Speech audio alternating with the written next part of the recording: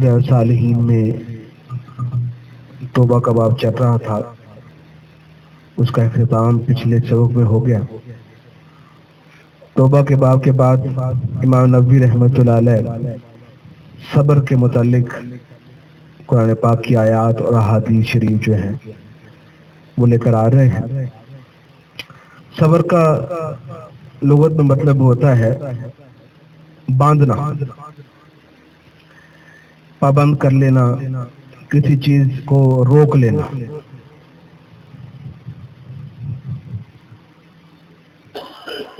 اور شرعاً کہا جاتا ہے کہ شریعت کا جو تقاضا ہے اس تقاضے کے اوپر اپنے نفس کو روک لینا۔ پھر یہ صبر، اس کی 3 قسمیں کی گئی ہیں۔ الصبر علی الطاعات، نیکیوں کے اوپر صبر، اپنے نفس کو نیکیوں کے اوپر جما لینا۔ نفس چاہتا ہے کہ نیکی نہ کروں، اس کو زبردستی نیکی کے اوپر قائم رکھنا، کھڑا رکھنا، یہ ہے الصبر علی الطاعات۔ دوسرا ہے الصبر علی المعصیہ، گناہوں سے صبر کرنا۔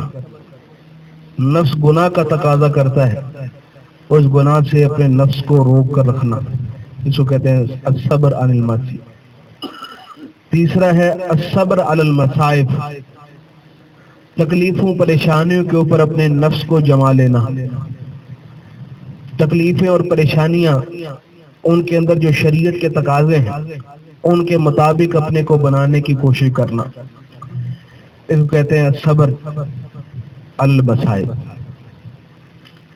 امام نووی رحمۃ اللہ علیہ اپنی عادت کے مطابق پہلے صبر کے متعلق اللہ تعالیٰ جل جلالہ کے جو ارشادات ہیں وہ لے کر آ رہے ہیں، اور اس کے بعد روایات کا سلسلہ شروع فرمایا ہے۔ اور سب سے پہلی جو روایت لے کر آ رہے ہیں یہ ابو مالک حارث بن عاصم الاشعری رضی اللہ تعالیٰ عنہ سے۔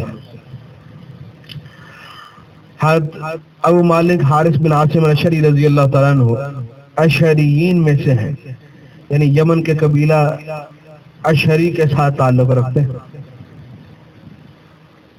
اور یہ یمن سے جو لوگ اسلام کے لیے اس قبیلے کے تشریف لائے تھے ان میں یہ بھی تشریف لائے تھے۔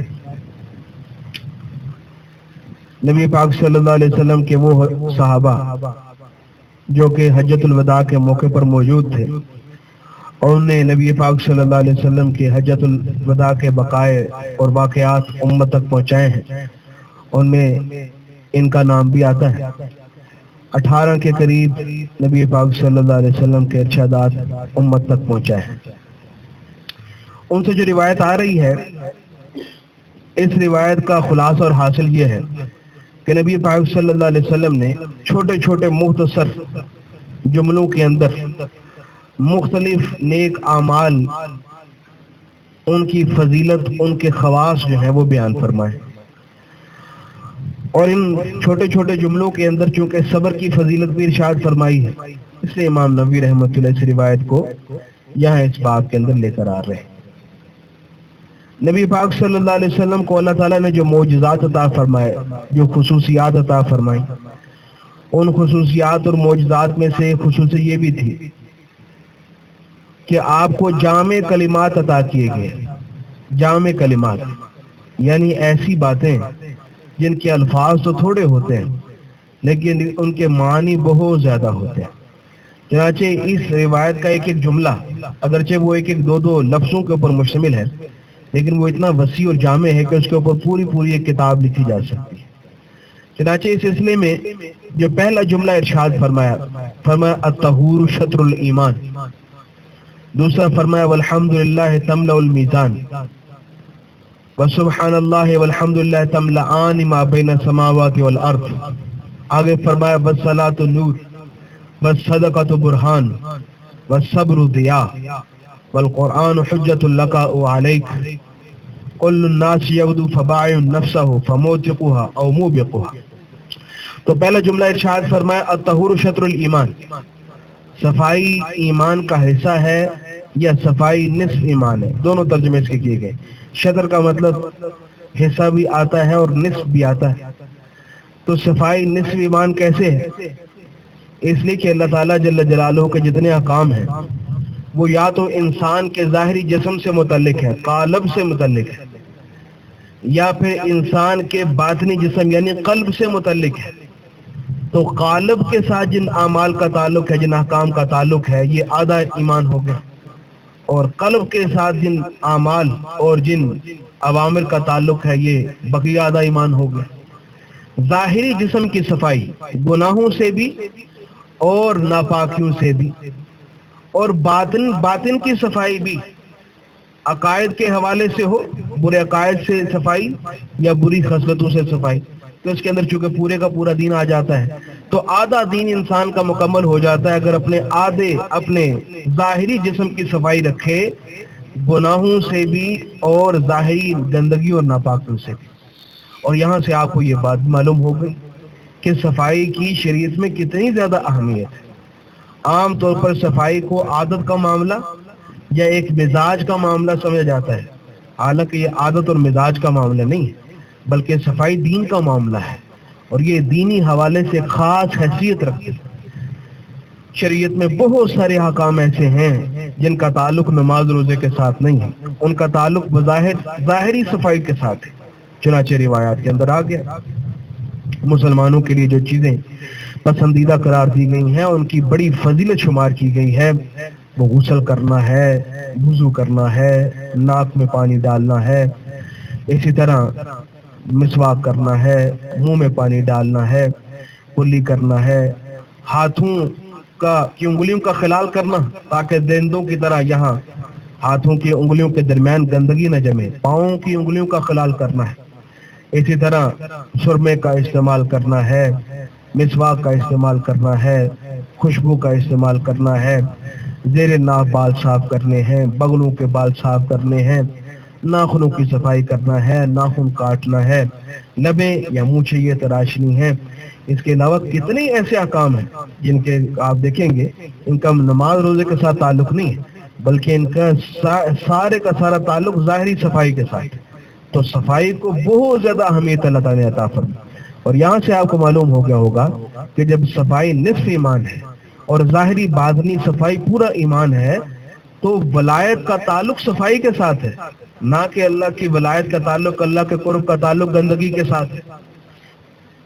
ایک خاص مذہب کے پیشے اس کے زیر اثر ہمارے یہاں بعض جوہلا کا خیال یہ ہو گیا ہے کہ گندا مندہ رہنے میں کوئی فقیری ہوتی ہے، کوئی درویشی ہوتی ہے، کوئی ولایت اس کے اندر چھپی ہوتی ہے.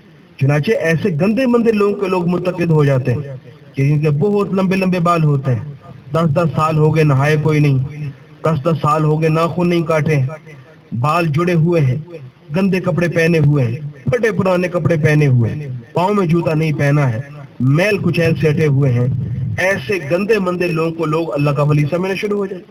تو ولایت اور اللہ کے قرب کا تعلق صفائی کے ساتھ ہے، نہ کہ گندگی کے ساتھ.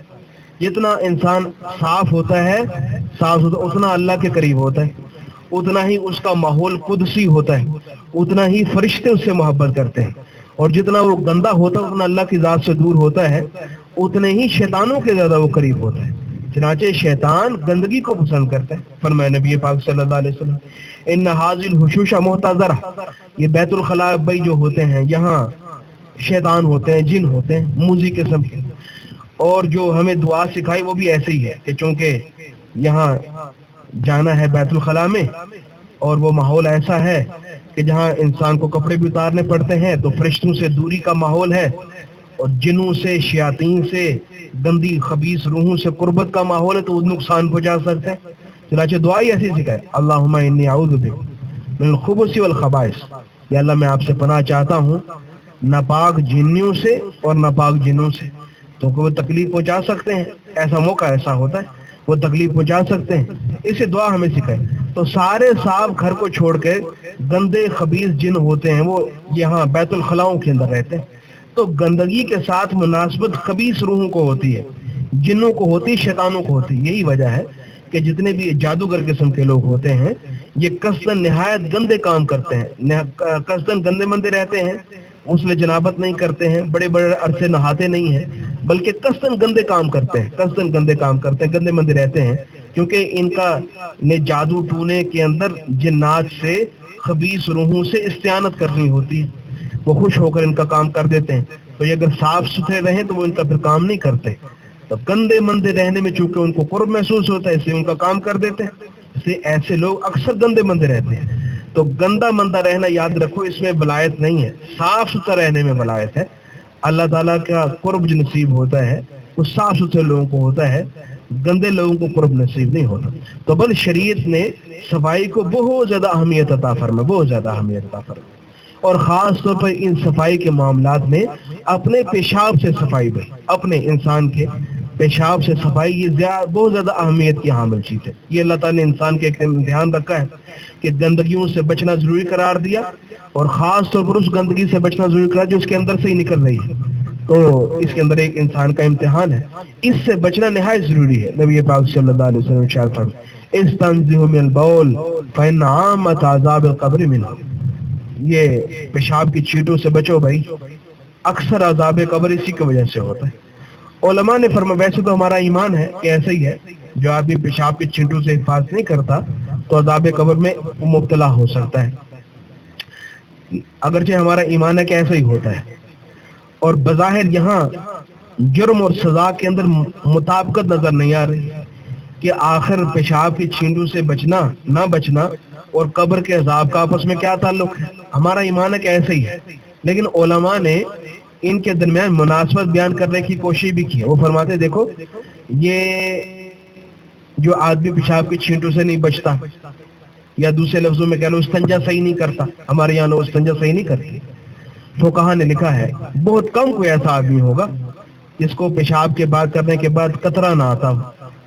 مثانے کمزور ہیں آج کل، خون قطرہ آتا ہے، تو اچھی طرح اس سے فراغت حاصل کرنے کے بعد، ذہنی سکون حاصل کرنے کے بعد باتھ روم سے اٹھ کے آنا چاہیے۔ یہ نہیں جیسے بعض لوگ کرتے اندر گئے پیشاب کیا اسی وقت ہی اٹھ کے باہر بھاگ آئے، اس سے قطرے لگ جاتے ہیں، صفائی صحیح نہیں ہوتی۔ اس کو اچھی طرح صاف کرنا چاہیے اور اطمینان کر کے پھر اٹھ کے آنا چاہیے۔ اور اطمینان ہر آدمی کو مختلف طریقوں سے ہو سکتا ہے، ٹیشو پیپر کے استعمال سے، پتھر کے یہ ڈھیلے استعمال کرنے کے ذریعے سے، کچھ دیر بیٹھے رہنے کے ذریعے سے، چند قدم چلنے کے ذریعے سے، مختلف طریقوں سے اطمینان لوگوں کو ہو جاتا ہے۔ تو بل اطمینان کر کے پھر واپس آنا چاہیے، یہ نہیں پیشاب کرتا ہی پانی پھینکا اور اٹھ کے باہر بھاگ آئے، اسے صفائی حاصل نہیں ہوتی اور قطرے لگے رہ جاتے ہیں۔ اور ایسے آدمی کی جو وہ نشان بڑا ہو جائے، پانی لگنے سے نشان بڑا ہو جائے، تو پھر نماز ہی نہیں ہوتی، بدن بھی ناپاک رہتا ہے، کپڑے بھی ناپاک رہتے ہیں۔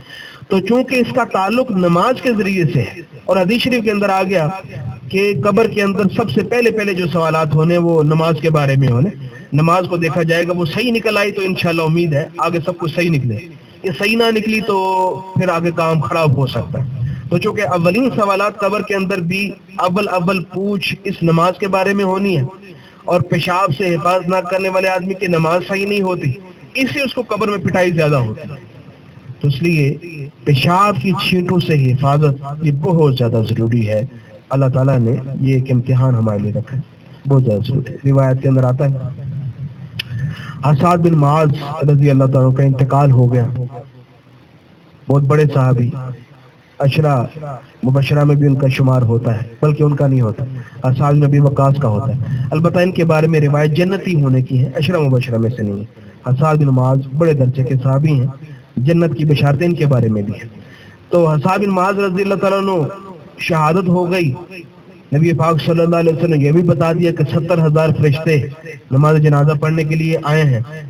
لیکن عجیب واقعہ ہوا، جب نماز جنازہ سے فارغ ہوئے، تدفین ان کی ہوئی، تو نبی پاک صلی اللہ علیہ وسلم خلاف معمول اونچی آواز سے تکبیر کہنا شروع کر دی، اونچی آواز سے کلمہ پڑھنا شروع کر دی۔ کچھ دیر کے بعد یہ سلسلہ ختم ہوا، صحابہ نے کہ رسول اللہ یہ کیوں آپ نے فرمایا، ایسا کیوں کیا ہے؟ تو فرمایا کہ اس نیک آدمی کے اوپر قبر تنگ ہو گئی تھی، میں نے یہ سلسلہ شروع کر دیا اونچی آواز سے تکبیر کہنے کا، کلمہ پڑھنے کا، تو اللہ تعالیٰ کی مہربانی سے عنایت سے وہ چیز ختم ہو گئی، قبر کا جو مواخذہ تھا، یہ شدت تھی، وہ ختم ہو گئی۔ حضرت رشید احمد گنگوئی رحمۃ اللہ نے یہ بات لکھی ہے، روایات کے اندر تو اتنا ہی آیا ہے، وہ فرماتے ہیں کہ اس کے بعد بعض صحابہ نے ان کے گھر والوں سے پوچھا تھا جا کر کے ان کے ساتھ یہ واقعہ پیش آیا, قبر تنگ ہوئی. اس کی کیا وجہ ہو سکتی؟ بہت نیک آدمی تھے, بہت بڑے آدمی تھے.